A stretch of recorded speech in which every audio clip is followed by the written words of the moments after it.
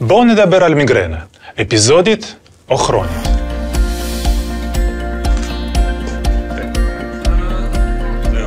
למעשה, אלו הן שני סוגי מיגרנה, שנבדלים בתדירות ההתקפים ובעוצמתם.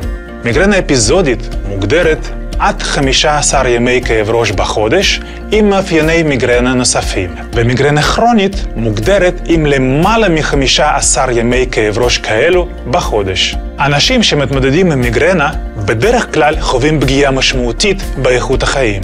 אבל קיימים טיפולים המונעים את המיגרנה, כגון חוסמי בטא, נוגדי דיכאון וחרדה, תרופות נוגדות פרקוס ועוד. בשנים האחרונות נחשפנו לפריצת דרך בטיפולים המונעים את המיגרנה.